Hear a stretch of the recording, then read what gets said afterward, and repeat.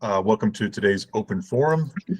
We have a very special guest today, Tom Weinert with Waterstone Waterstone Mortgage, and he'll be telling you about lending rates and programs and stuff like that. It is important, not everything that I haven't heard what Tom's going to say, but not everything he's going to say is probably going to be great news, but it's important that you stay up on it. It's not always important that we have great news. It's important that we have the real news and that we stay on top of it. So Tom is going to keep us up to date with the market and what's going on. Tom, thank you very much for coming in. Thanks, Ryan. It's not all gloom and doom. Don't worry. Rates are awesome, right, everybody? Anybody know where interest rates are? They're great. Who had an interest rate at 9% or higher in the last 20, 30 years? Okay, see a hand. I can't see everybody, so I'm assuming there's a few people raising their hand. First loan that my wife and I did was on a house we built in 1992. It was 9.5%. I just locked a client at 9.5%, 9.25% yesterday. And I'll talk about that loan program in a minute, but we're not that bad. We are firmly in the sevens, though. That's pretty much where we are on almost every product, every scenario, depending on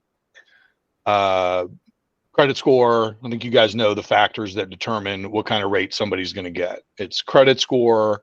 Are you purchasing it as a primary residence, second home, investment property? How much are you putting down? What's your credit profile look like? All of those factors go into what makes up an interest rate. The lowest rates I have in my current pipeline are below 7, but those were locked a while ago, and it's gotten a little worse in the last month and a half to 2 months. But it's still very flat. And how many of you have seen something in the news lately that rates are getting worse? Every time you turn around, rates are getting worse, right?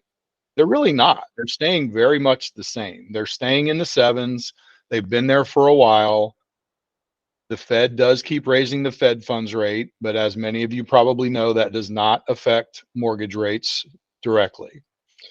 It affects your equity line, it affects your auto loans, and it trickles to mortgage lending.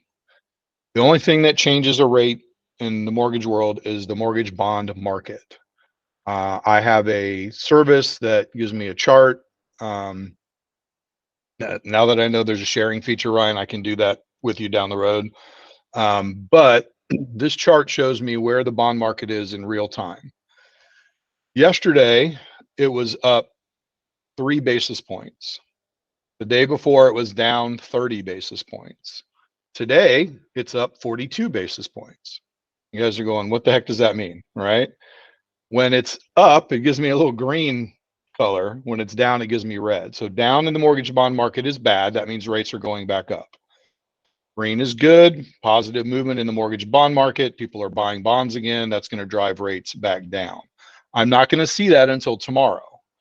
The point I'm trying to make is the movements that are made in the mortgage rate market right now are very, very small. I might quote somebody today 7.25 with a point on a conventional purchase with 5% down. Tomorrow or Monday or next weekend when they go under contract, that rate might be very close to the same. It might be 1/8 higher, 1/8 lower. It doesn't change a lot in the short term. I like to use this analogy for what rates do over time. Think about a wall, okay? Picture a wall. You're looking at one somewhere where you're sitting right now.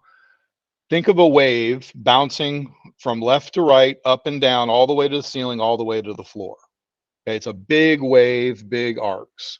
That's what happens over time. Look back over the last 30 years, and you will see that type of a wave. When do we have low rates again? 2 years ago, 2004. Prior to that, nothing, maybe a little bit in the late 90s. Okay, the high points have been 2008 and 9 and right now. So you see big waves. It takes 3, 4 years, 2 to 4 years for the rate cycle to adjust again. So our predictions and the people that I pay attention to in this industry, we should see lower rates within 2 to 3 years. Okay, back to what I consider the healthiest rate environment, right around 5. Okay, people still want 3. They want what we had before, but that's very rare. That's only happened twice in the 20 years I've been in the mortgage business, and it's unlikely to happen again, but it might. But if I'm locking people at 7.25, 7.5 today, and in 3 years they can refinance that mortgage to 5%, how much on average do you think people will save? I don't know if you guys can type numbers in anywhere or speak, but feel free.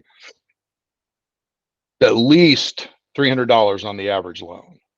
So the loans that people are doing now while are at these higher rates, these are temporary loans. How many of you have mortgages now that you refinanced when the rates were lower a few years ago, or 10 years ago, or the last house you owned? The 3 houses I've owned, I've refinanced 2 of them at least twice in the time I owned them, because rates got better, because I needed cash out, various reasons why people do that. But mortgages are temporary. Everybody does a 30-year loan primarily, but you don't have that mortgage for 30 years. You barely have your house for 30 years. I mean, the average first-time home buyer is 3 to 5 years. So everybody buying a home now, we just have to figure out what they can afford. Maybe it's a $350,000 house, not a $400,000 house, because of the rates. That's our job, to make sure we're, guiding the borrower. I had a guy yesterday wants to buy over 500. He just can't do it. There's just no scenario, no option I have. He's going to have to change his thinking and decide to wait. And there's pros and cons to waiting. Or he's going to have to adjust and say, well, you know what? Okay, I can go down to 400. Any questions on any of that so far? I don't know if I can see questions that are typed in anywhere, Ryan. Yeah, there's a chat just like any other chat. No, just a lot of good mornings and hellos. All right, cool. So give us a Chat, bottom there we line, go. Tom. What can our clients expect? So for an interest just rate, varying on credit, et cetera. What can they expect? yeah, it's somewhere in the mid sevens. I mentioned locking somebody at 9.25. I'll talk about that when I talk about some different programs that people can use. I had a client that wanted to refinance a mortgage into his name, breaking up with the person that has the mortgage now. And he just freaked out when I told him what the payment was going to go up to, because the rate is 3 points higher than he's got right now. He said, I'm going to wait. I said, okay, I get that. I understand that this is a shock to you, but what if you wait 6 to 8 months and rates are the same or they've gone up?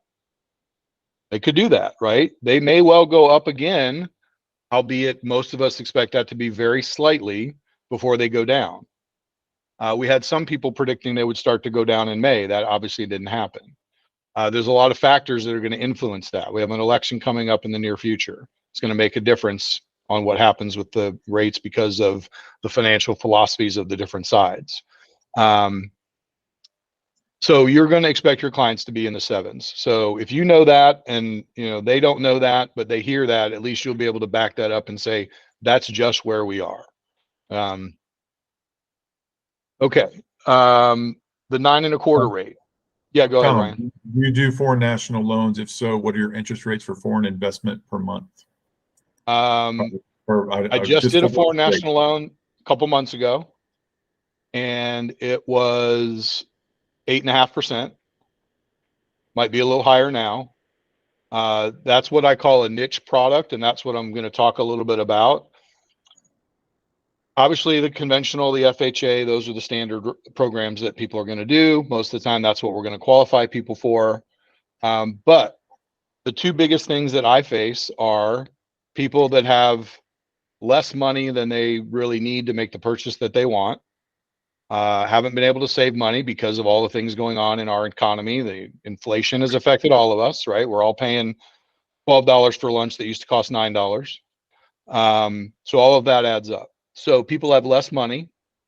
Credit's still about the same across the board. I still get some low ones, but on average, it's still pretty good. And there's a lot of programs that are available that you don't have to have superstar credit. There are still misconceptions that you have to have a 750 credit score, 20% down to buy a house. When I tell people I can go down to 585 on a credit score, and I know that may sound scary to some of you, but I've done plenty of loans in that environment, and it is an option for someone. It's an FHA loan. It's 3.5% down. It's a great for a first-time home buyer who just hasn't been able to build credit, has had some problems with credit, has a little bit of money for down payment. We also have, because of the lack of funds available, we have created several 100% loan programs. So VA is the most common that everyone's aware of, but you obviously have to be a veteran to do that. USDA, many of you are probably familiar with, but that program requires you to be in a rural area, they call it. You got to be outside the main city, if you will. In Central Florida, you can go out to some parts of Lake County. You can go down near St. Cloud. You can go out past Oviedo and Bithlo to the east and north up into Volusia County. And there are pockets where you can do a USDA loan, 100% financing, don't need to have a down payment. If you've just got a little bit of money for, closing costs. How many of you have done a loan recently or had your client, in a contract where your client got a seller concession of any kind, 2, 3%, full 6% FHA? So, okay, see a head or two nodding. I just got a contract over the weekend, full 6% on an FHA purchase at $250. Okay. It's out there and we're going to start seeing more of that. You guys should see the market changing to where those will be back on the table. There are less buyers because they're scared off by rate. And all of those other factors that we just talked about. So we see the shift in the environment going to getting seller concessions again. We expect that the 2-1 buy downs that we were doing a year or two ago will come back. If you're not familiar with those, that is a loan that reduces the interest rate over the first 2 years for the consumer, gives them a lower payment to start with. That to buy that rate down for those 2 years is funded by the seller. So it's no different than asking for a regular seller concession. If it's a 2-1 buy down, that means the first year the rate's 2% lower, the next year it's 1% lower, the third year it's whatever the prevailing rate is today. Now, when did I say most people are going to be refinancing? About 3 years from now. So that means someone doing that 2-1 buy down is going to be in a great position to potentially never see that higher rate. So this is one of the better programs that we're hoping will make a return and still be a good viable option for some clients. We're a subsidiary of Waterstone Bank, and the bank has portfolio products. The vast majority of what we do is Fannie, Freddie, FHA. It's underwritten directly in-house. We go direct to Fannie or Freddie. A small percentage of what I do is broker. That's typically manufactured homes, although we can still do those in-house. And then we've got portfolio loans with the bank. That's underwritten by a certain underwriting pod within our company just for the bank products. There are 200% loans in addition to a doctor loan that are available to any consumer with a qualifying credit score, and it doesn't have to be 800. It can be in the low 700s. Most of them start at 680 to 700. Some of them might be 720. So again, that is to me the biggest hurdle I see is the vast majority of my clients not having enough money. But because I have all of those products, they are able to buy a house. The 9.25% rate. So there are still people that want to buy investment properties. Okay, it's not as common right now, but they still are. It's harder to cash flow with higher rates. But I had a client who just needed to buy a place. Didn't really have any options because of the way she calculates her income from her self-employment. She drastically reduced her income this year compared to last year. So we do what's called a debt service ratio loan. So if you have investor clients that are looking to buy and they're like, man, I'm starting to get tapped out. I've got too many properties. I've got too high a DTI. This is a no income loan product. It is solely based on the rent that's expected on that property versus the payment. The one I'm doing now, her payments around $3,000. The projected rent was $2,750. It gave me a 0.9 ratio. I can be anywhere from 0.75 to over 1 with this loan product. So rent doesn't have to cover the expense. It just has to be close. There's no income verification. If you qualify credit score wise, you have the at least 20% to put down and you're better off if you can do 30, you can qualify for this loan. and you don't have to disclose one bit of income. No employment. The only thing we're looking at is credit and assets and that rent ratio. Okay. That's a very, very hot product right now for my investor clients. Let me see. There's any other questions anybody has? I have a question, Tom. Sure. On this program, how much, what are you looking for in terms of credit score for the On the debt service ratio loan? Yes, sir. 700 to 720, depending on the lender. And this is another thing I wanted to touch on. I had 2 lenders that were doing this.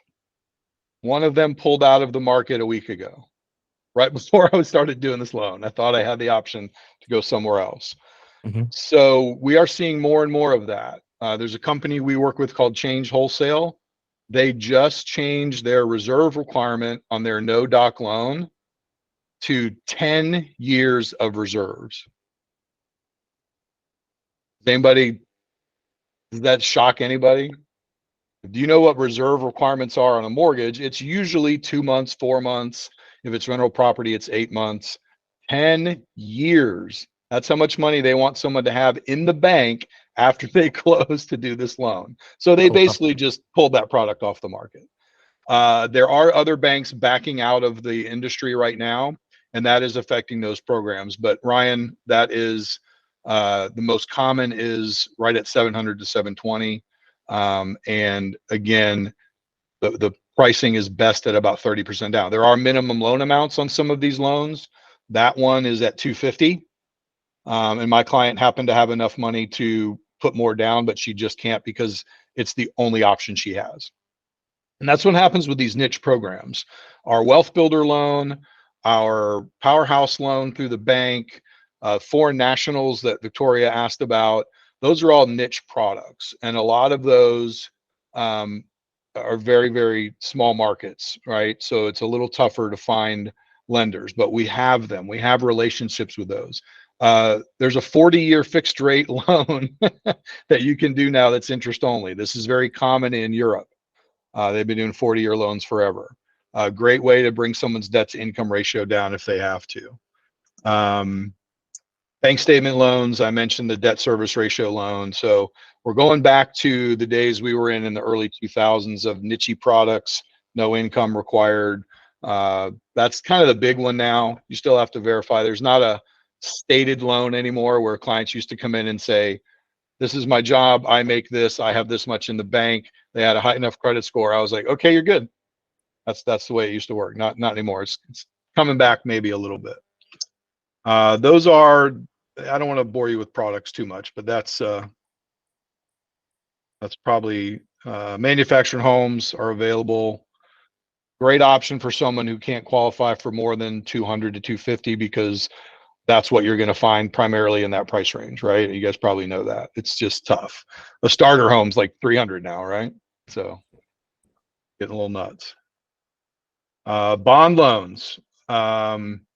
Quick note on Hometown Heroes. You guys have heard me talk about Hometown Heroes before. It's the best bond loan product we have. It offers up to 5% of the loan amount, up to $35,000 if you buy a big enough home with a big enough loan in borrower assistance towards down payment and closing costs. We've closed a bunch of them, but they're running out of money. So we, after that, we have 5 other bond programs that range from 5,000 to about 15 that a borrower can use for down payment assistance. So a lot of options. For us, we don't feel like it's all that different because we have so many things we can do that are outside the norm. And that's a lot more of what we're doing. You know, when rates are good and we're just cranking out conventional loans all day long, it's kind of easy, but I'm not turning a lot of people away. I'm not telling hardly any people that they are not qualified for something. May not be exactly what they want, but we still have those options. Tom, can I ask another question? You can. Do you work a lot with VA loans? Yes. So I'm a veteran, and one of the misconceptions that I keep baffling with or hearing out there is that if you're a veteran and you use a VA loan, you can only use it once. Incorrect. Incorrect. Okay. Yep. I've done loans for people with VA loans that they have existing, and they do another VA loan. When you buy a home with a VA loan, if you sell it and buy another one, you restore your eligibility. What drives a VA borrower is their eligibility, right? And once they own a VA loan, they've eaten up a portion of that eligibility. But if they're going to sell that house, they immediately restore their eligibility so they can still do 100% financing. Sometimes the restriction, and this is a really weird one, Ryan, is you have to buy between a minimum loan amount up to a maximum loan amount. They might give you a range on that second purchase, but you're still absolutely able to do it. A client a few years ago had a VA loan on a property in Texas. He had converted to a rental property and moved to Florida. He kept the VA loan because it was a good loan. And he was eligible to buy another home, primary residence here in Florida, with a VA loan. Oh, wow. Yeah. But he had to put down, if I remember correctly, like 2.2%. So what VA does is they say you've used up a percentage of your eligibility on that other home, but we're going to let you keep that loan, and we're just going to make you do a small down payment. The biggest I've seen is 3 to 5%, which is still great because there's no PMI and because VA rates are typically lower than other rates most of the time. And thank you for your service too, by the way, Ryan. You're welcome. Thank you, sir. And Clarence, probably you as well, from your sign in the back, which I appreciate because Ryan's favorite nephew is in the Marine Corps. So Thank you, sir. Appreciate it. Wish you guys didn't that. Yep, no problem. Yeah, VA is a great product. Love working with veterans. The other thing about VA that's really important is there is not a cap on the debt to income ratio. So in a market where, again, things are tighter, rates are higher, payments are higher, VA is very flexible. I've done VA loans for people with 70% ratios. Now, I don't like to do that because that's not really fair to the consumer if they're the only person living in that household, but often it's just done under the veteran's name and there's other income. So we don't mind pushing that. And if you don't know what a debt to income ratio is, it's basically the percentage of your income that goes towards your housing and your other expenses that are on your credit report. Okay, so whereas conventionals at 45 to 50, FHA goes up to 57, USDA in the 40s, VA, again, I did one a couple months ago. I think she was at 55 or 60. So yeah, a lot of options there. Prepayment penalties, Quentin is asking about on the investment loans. Yes, there can be. The one I'm doing now, there is not, but there are some, and many of them have 3-year prepayment penalties, but the penalty kicks in only when you've paid 20% per year. So on the loan I'm doing now at $250,000 for this client on this debt service ratio loan, she would have to pay $50,000 a year towards her principal to trigger that penalty. Most people are never going to do that. That's one, that's a huge number. That's $4,000 extra a month paid towards principal. Almost nobody's going to do that. So it's kind of hard to get hit with that penalty. The real drawback may be if rates are lower in 2 years and you want to refinance, you might have to wait. But depending on what the penalty is, it might still be worth it. So the short answer, Quentin, is yes, but there are very few people are going to trigger that. Malvis, the Florida bonds, the same product, very similar, yes. And yes, those are the most difficult to do. That's why we do Florida housing.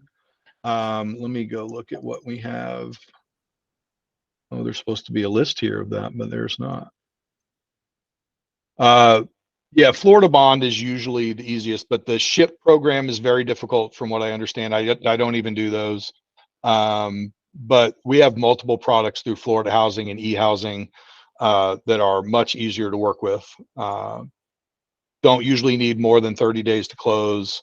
We'll ask for 45 just to make sure.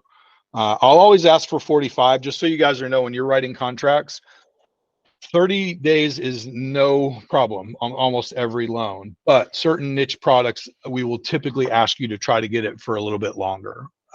If they're using down payment assistance, if it's a niche product, if it's a manufactured home, those of you that have done them know there's always a surprise.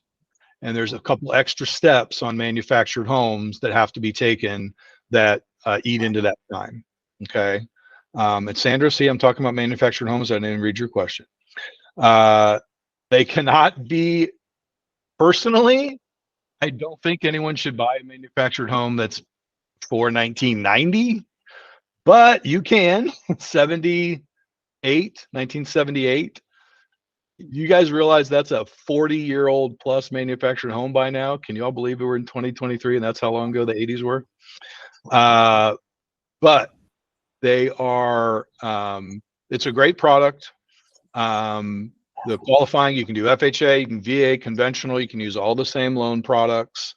The vehicle title is a big issue, but it's very simple to fix. If you don't know, manufactured homes are vehicles when they come off the assembly line. Someone drives it to a lot, they tie it down, they pull the wheels off in the tongue, and it now becomes a deeded property. And many, many people do not retire that vehicle title. It can be done at closing, can be done beforehand. I have options for both. There is a cap sometimes on the lot size. I've seen manufactured homes on 10 acres that were not very big and were not very nice. And the percentage of value in the lot to the home can be an issue. I've also seen people cut their parcels to make that work. So there are some flexibilities there. Does that help, Sandra? And if you have any further questions about that, I'm happy to answer them. If it's the house is 1976, it will not qualify? I believe, I always say 78, but I'm pretty sure it's 76. That is the oldest. And again, I would probably, unless it's just a last resort, strongly push your client away from that, unless it's been. I have a listing and it's 1976. Okay. Well, look. You know, another one. Have they done some upgrades and updates to things on the house at all? It's completely renovated. Okay, that helps a lot. Completely renovated, but in the listing, I was not sure if I should put that it was. I had it as a cash value, cash buyer, because that's what the prior realtor had. My client wanted a manufactured home. It comes with the lot, and it's in Selwood Station, and in the listing says only qualify for a cash value, cash buyer. So I just wanted to make sure it was a product there that I can list that yes, they will qualify for a loan. Yeah, I'm looking to find the last update I got on that, but I'm pretty sure. FHA says anything built after June 15th, 1976. There you go. Oh, Must be more than 400 square feet. Yeah. yes. Okay, so June what, Ryan, please? June 15th, June 15th. 1976. And that information is on the labels, either inside or outside the manufactured home. Do you know where those are? No. Okay, that's a big key for those of you that are going to deal with manufactured homes. The two things I'm going to ask you for as either listing agent or buyer's agent, whoever can get the answer, is can you see the labels? There's an interior label called a data plate, usually by a water heater in a closet.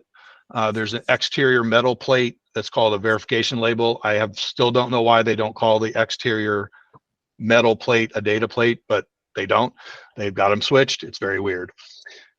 Those two things need to be visible. If they're not, the inside ones sometimes get torn, the outside ones sometimes get covered by siding. But those are the main things we want to do. If you can't find them, there's a very easy way to do it. There's a website that specifically does nothing more than give you that information. Seller can just go online. So Sandra, if you don't see those labels, one thing that will help you speed up the process is have your seller go online. I can give you, it's double check the website.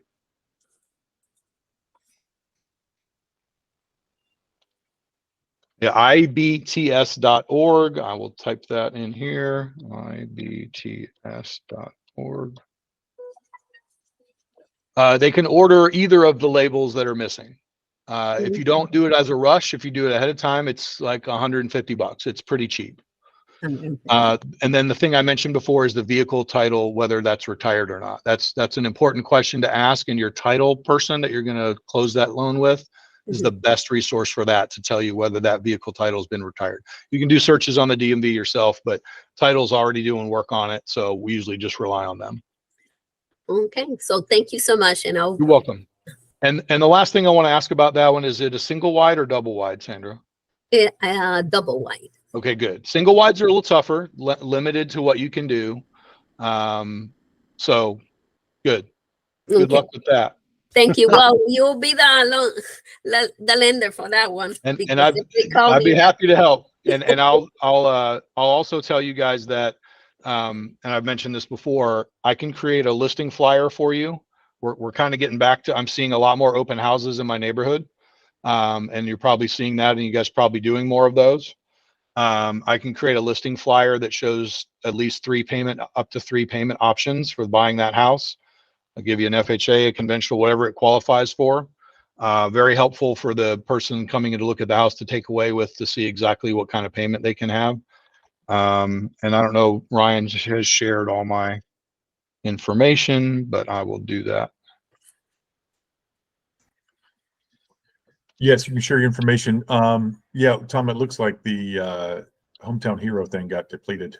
Yeah, it was like, we thought by the end of the week the funds would be gone. Well, somebody jumped on them. Also, we have Ida has a question. She had her hand up for a little bit, and well, here it is. She wrote it. Oh, okay. I'm reading it. But Tom, they keep Yeah. they've already replenished Not it Ida, once. it's Ida.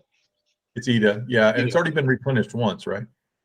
Yeah. So what they did was, when Hometown Heroes came out, it was named that because you could only do the loan if you worked in a certain profession, and it was health related, service related, people that help you, people that you call on to fix things for you, and medical professionals. I had both knees replaced last year. One of my physical therapists on the rehab did the Hometown Heroes loan. They changed it, and it was funded through a different source, and they opened it up to anyone working in Florida for a company that had a brick and mortar building in Florida. It could be based in Connecticut, and they could have an office in Maitland. And if you went to that office for work, you qualify for Hometown Heroes. That's why the money has gone so fast. And it was 100 million, and it went really quick. Because I did one not too long ago. It is a great product for everybody that qualified. So it just opened it up to so many more people, and that's why it's gone. Doesn't mean there won't be money put back into it. Some of these programs do run out of money. They get an allocation for the year, and then at the start of the year, it's refunded again. I don't know what's going to happen with Hometown Heroes if that's the case, if it'll be a whole till January or if it'll be sooner. But we'll certainly let you know. All right. Do rates usually go up or down during elections? And I'm going to butcher your name, Marisabel. Not bad. All right. It depends on who wins. Honestly, we're not going to have a political conversation, but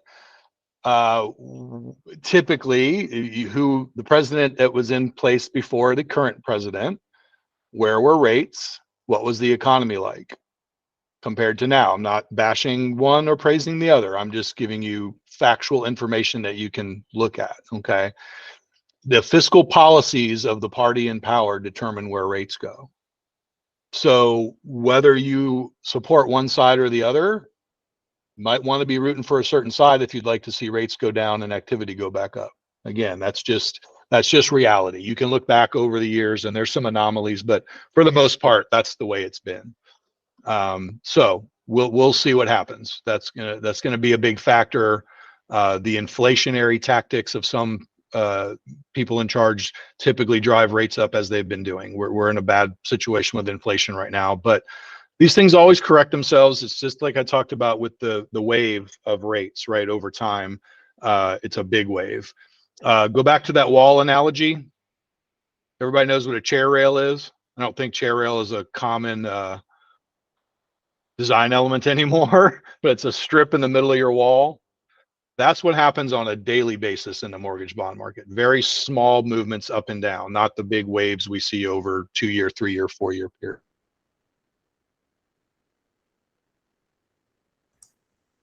Tom, tell us about the Hometown Hero program. Buyers have to repay that money back at some point, right?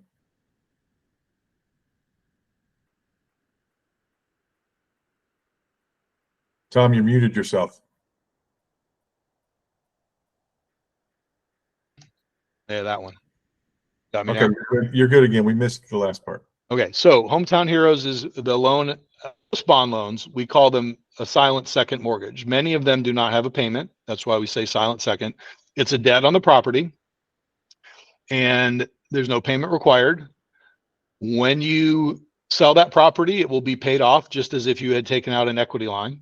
Okay, so for buyers purchasing higher priced homes, they will often do a conventional first mortgage and an equity line, so they only have to put 10% down.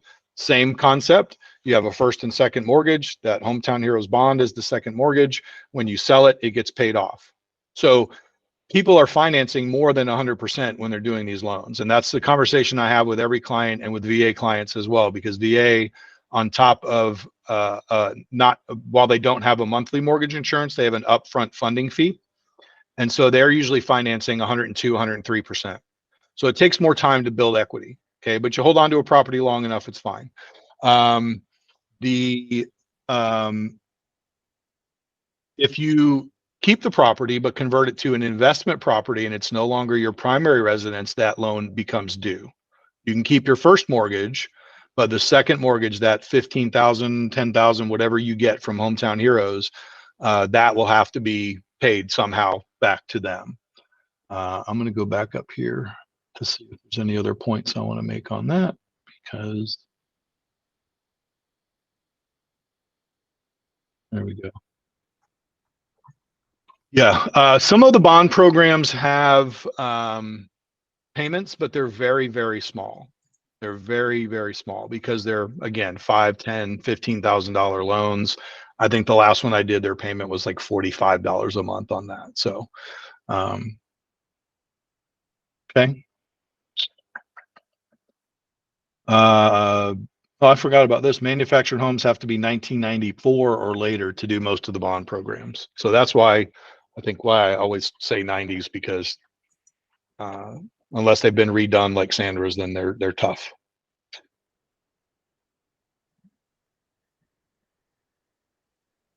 Yep. All right. We get everybody's questions?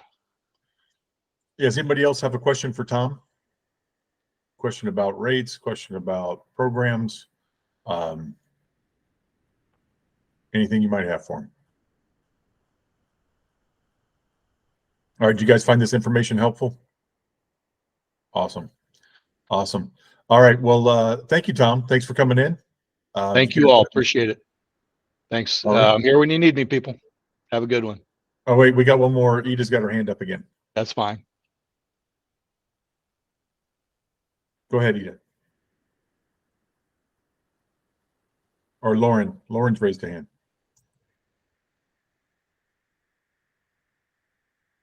Maybe people are just experimenting with their hand button. All right. Just waving at me.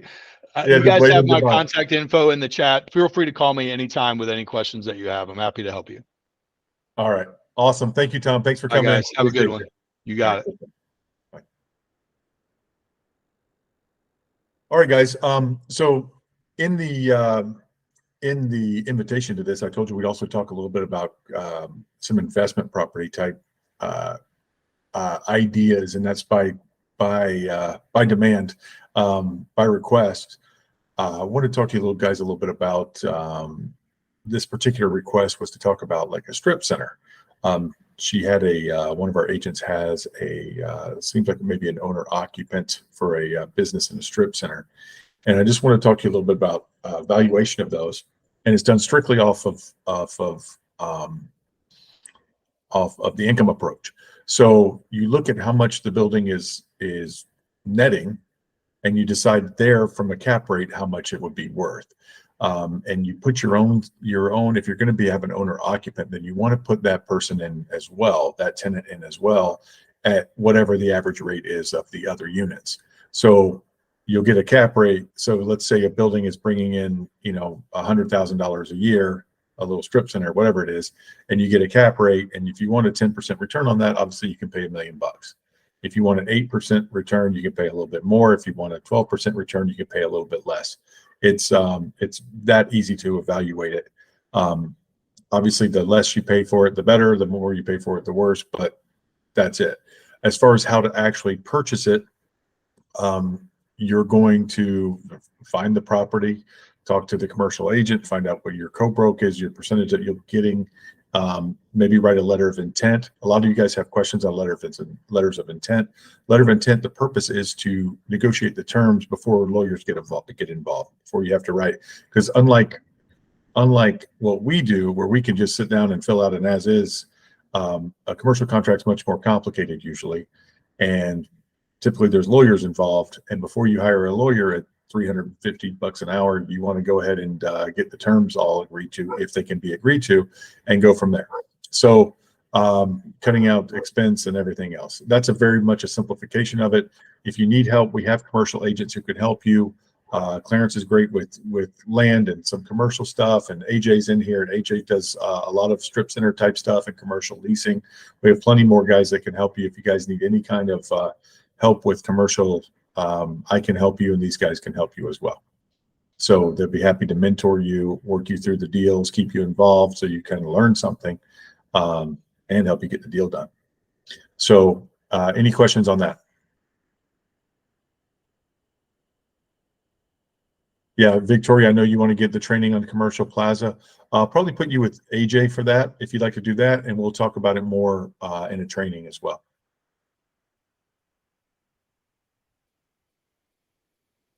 All right, let's talk about financing in the as is, guys. We're having a really hard time with it, some of us, about the financing, and I'm seeing a lot of it, one deal falling apart because of an appraisal contingency. We don't need appraisal contingencies, guys. I had a deal. One of you guys put in a deal. Let's just say it was a $450,000 house, and you sent in an appraisal contingency with it, and the listing agent marked it down to 425 on the appraisal contingency, which kind of locked you into an appraisal gap measure. Which you don't want, because as you guys know, addenda override contract. So when you do something like that, you're actually messing yourself up. You let them negotiate what your appraisal would be, what your appraisal contingency would be. You didn't need one. It is very clearly outlined that the appraisal, you can cancel and get your deposit back if your appraisal does not meet the purchase price on the contract. It's on that in the as is section, in the financing section of the as is.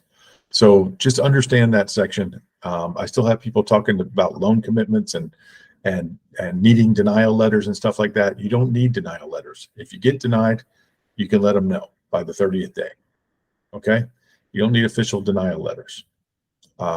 If your payment changes, if anything changes, you let them know by the 30th day, and you can cancel the contract. All right, any questions on that? All right, well, that's my only lecture for the week, I think. If you guys have any other questions, now's the time. I have a question, Ryan. Yes.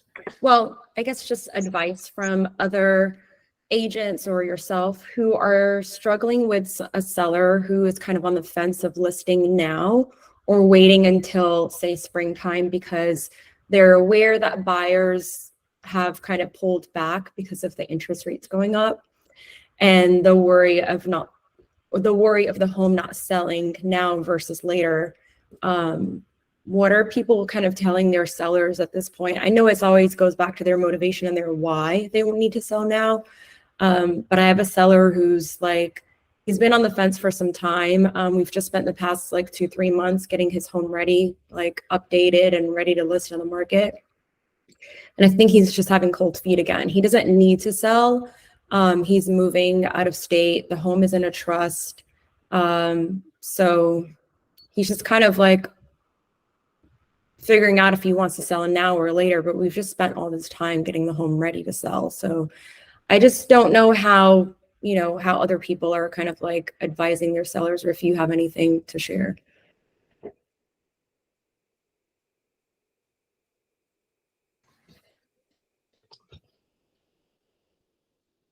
Mandy, since nobody's jumping in here, I'll ask a question. What would, it's a he, I think you said, what would he do with the money? What would he do with the money if he sold? Well, I asked him yesterday, and it's going to end up going into the trust. So he can't really touch the money right now himself. So he can't do anything with the money. What's the trust doing with the money? Are they investing it? Is it in anything? That I don't know. Is it just sitting in a bank devaluing? He's not the executor of the trust either. It was I guess it's under his mom's name, and his mom appointed like a family friend. So I don't even think he can touch the money.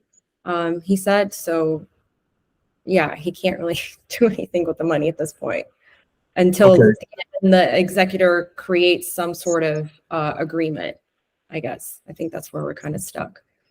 Okay, so there's got to be more. How much how much money are we talking about? What's the house worth? A little over 700.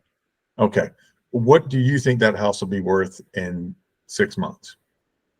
Oh, I'm sure it'll come down to like 650 or probably, yeah. Well, that's a darn good motivation to sell right now, isn't it? I mean, prices got to the top of the market and they kind of sat there. And that's kind of where they're sitting now, except now sellers are given a little bit of concession. It's come down a little bit just because people are expecting, a year ago, what is it, August? This is about when the market started slowing down, right? It's about when rates started kicking up and the market started slowing down about a year ago now. But a year ago now, you were selling at the top of the market above where you thought and where you thought you would, and it was still, going for more than whatever you listed it for. And nobody wanted anything fixed. Nobody wanted anything. It's fine. I'll take it. I'll take it. I'll take it. Well, now that's changed a little bit. So that part has caused a little bit of your equity to disappear, because right now people are expecting some kind of concessions, and they're definitely expecting a move-in ready house at that price range.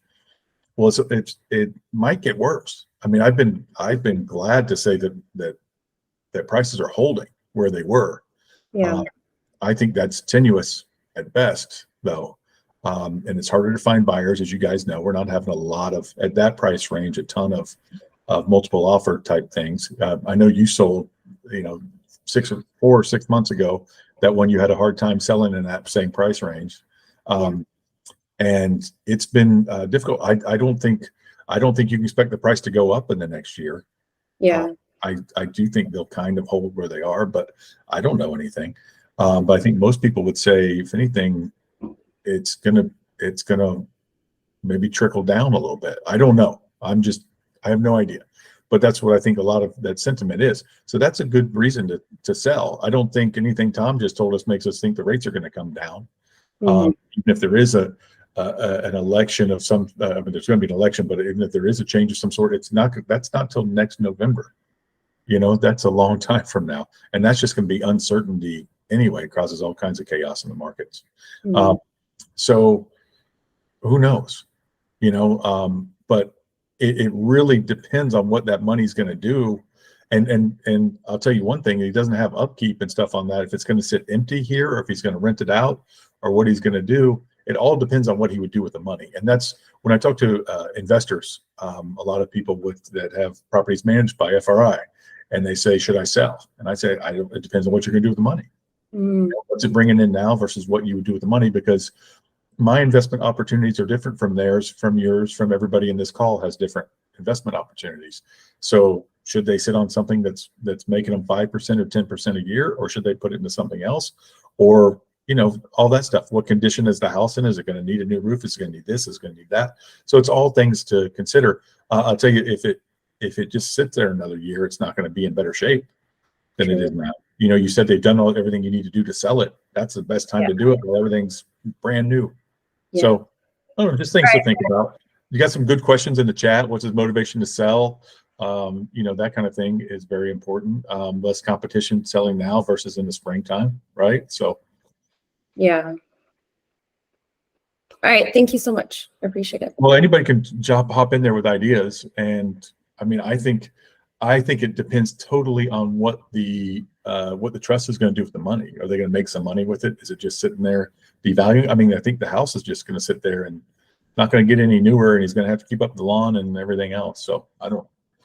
Yeah. And he physically won't be here. He's moving out of state. So I think that's probably one of his, actually, that was his biggest motivation was I'm leaving the state for about a year. So he just wants to sell it and get rid of it and then restart next spring and purchase when he can then. So. Mm-hmm. Yeah, Ryan brings up a lot of good points. The money part of it, you know, is there still a mortgage on it? What's he going to pay on it? Yeah, upkeep and stuff like that. But the other aspect, yeah, with that money, you mentioned the property is in a trust.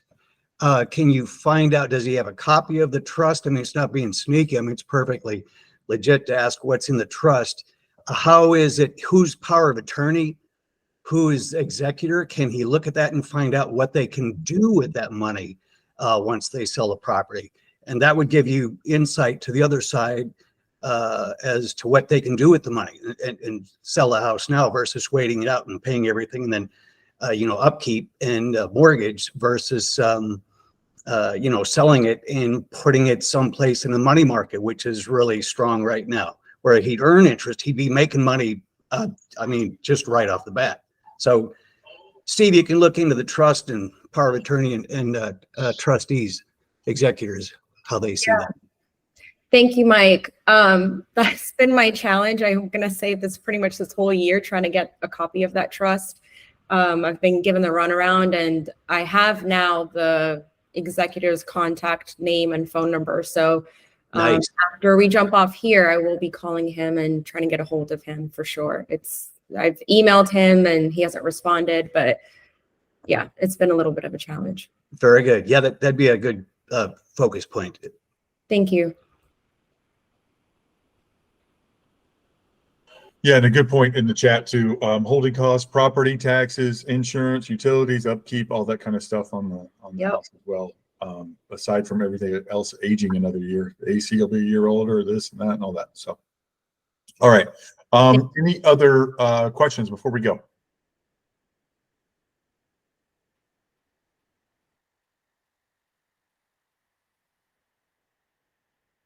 All right. Well, awesome. Well, thank you everybody for your input. We will see you next time. Thanks for your questions. Hopefully you guys learned a little something today from what's going on with the lending market. And at least now you're informed. It's not all good news, but at least now you're informed. All right, everybody. Have a great day. Thank you. Did you guys record this one? Because I missed the beginning. I'll start recording now, Sandra. Yes, you're being recorded. It should tell you. Does it tell you guys when you come on that you're being recorded? Sometimes, but this one it didn't to me. Well, it depends on when you came on. I started it before like at 10:33 or something. Okay. So, Thank you so much. all right, guys. This will be recorded. Take care. We'll cut this part out. Bye.